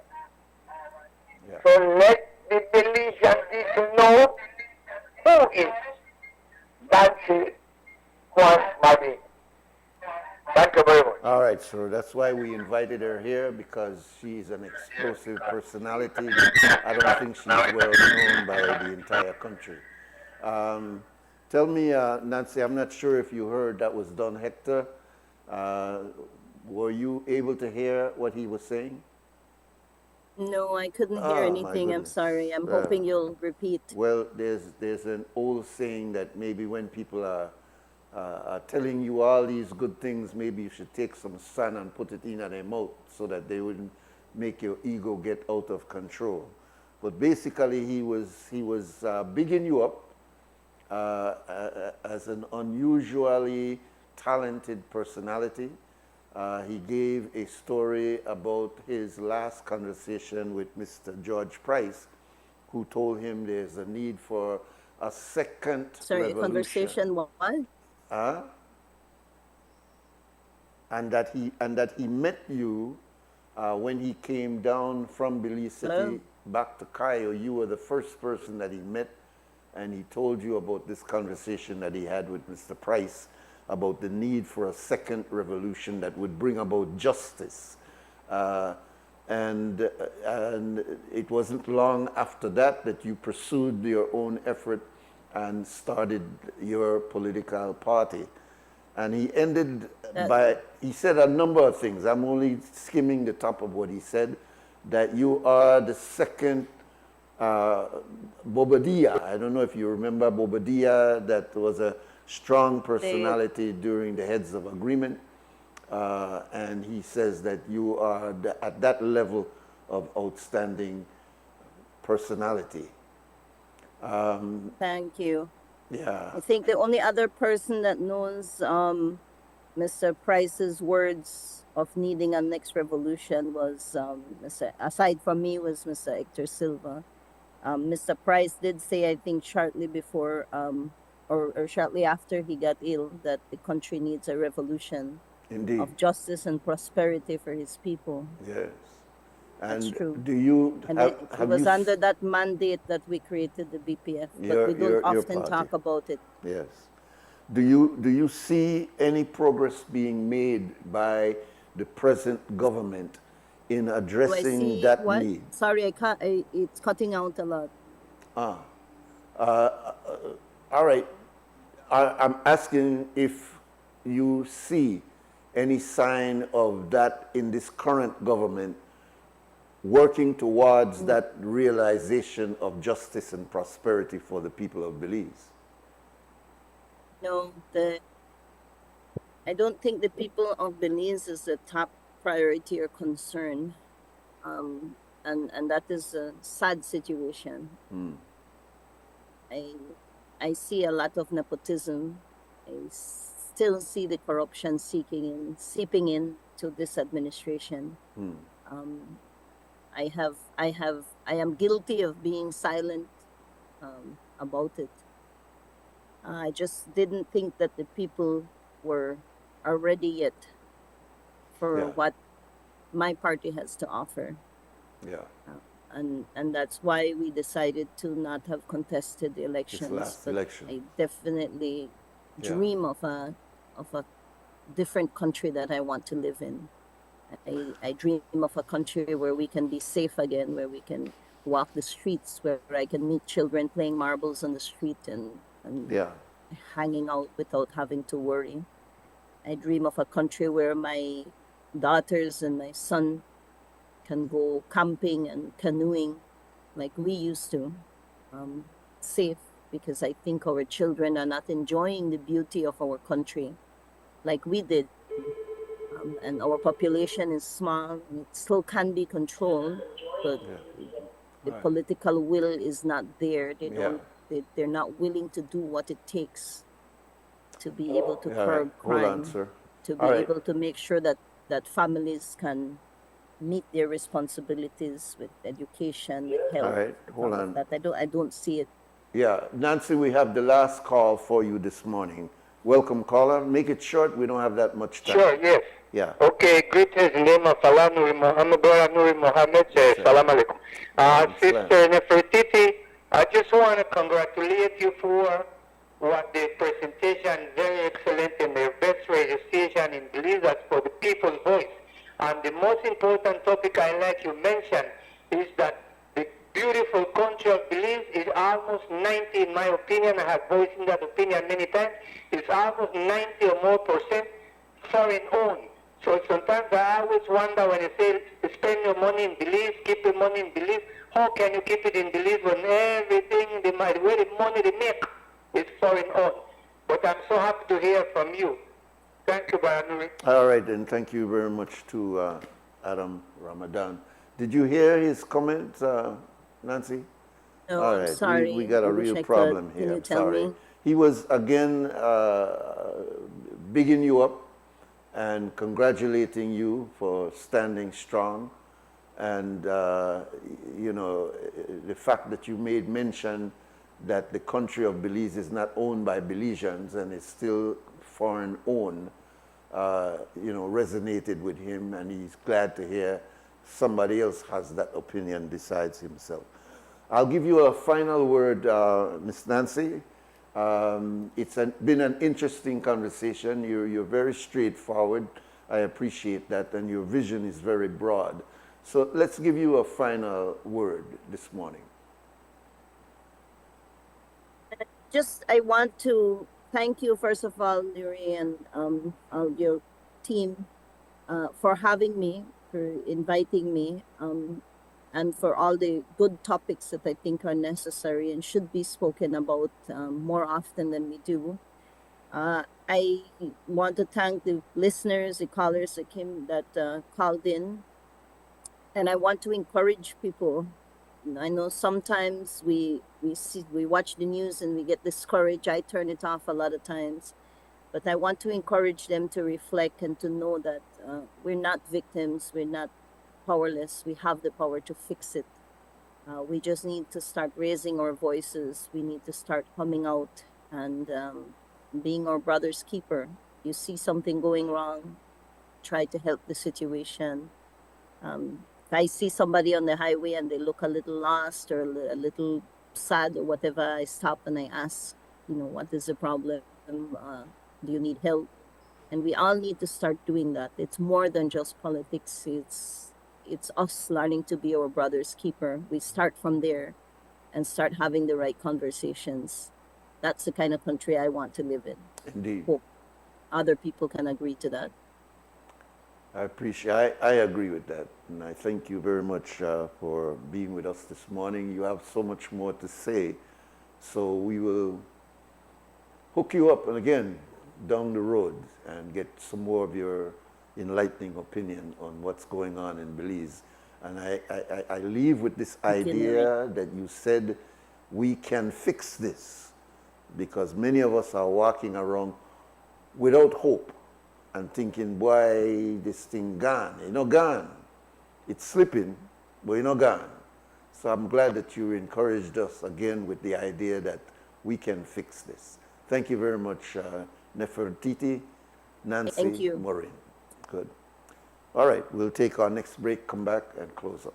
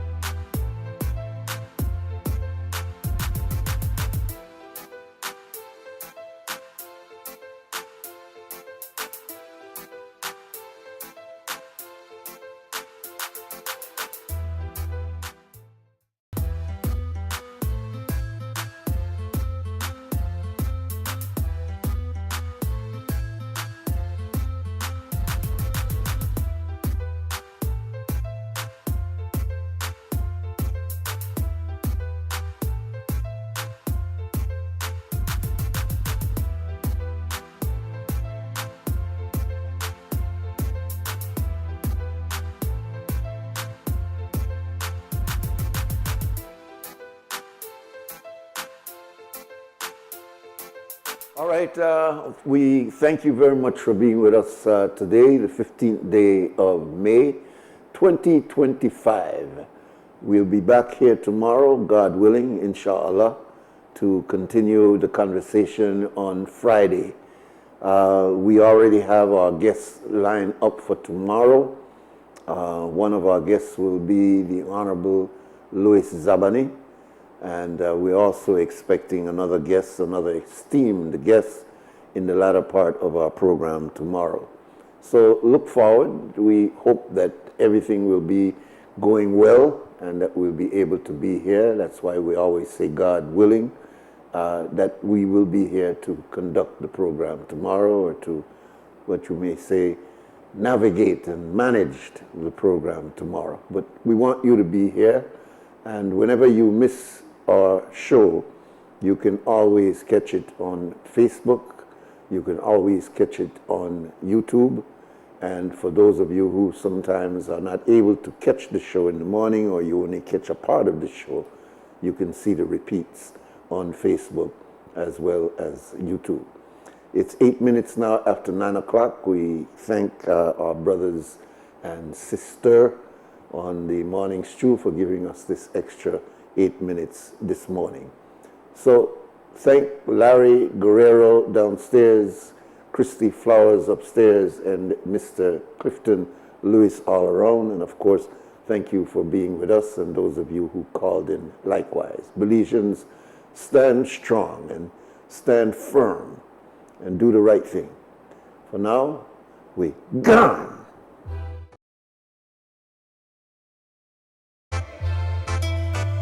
Wake up, Belize. Wake up, Belize. Wake up, Belize. Wake up, Belize. Another day is here. Wake up, Belize. Wake up, Belize.